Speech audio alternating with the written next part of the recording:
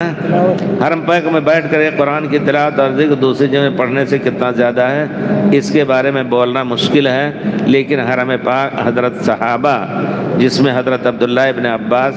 کا ایک لفظ ملتا ہے جس میں کہتے ہیں کہ جو یہ کام کرے گا حرم کی نیکیوں کے برابر اس کو اجر ملے گا۔ حرم کی نماز کے برابر نہیں کہا ہے، حسنات الحرم کہا ہے، تو ایسا لگتا ہے کہ انشاءاللہ اس میں اضافہ تو ہے، لیکن نماز میں 1 لاکھ کہا جائے گا۔ قرآن کی تلاوت ایک مرتبہ آپ نے ختم کیا تو 1 لاکھ کے برابر، یہ بات کہانی غلط ہو جائے، کیونکہ صحیح احادیث یا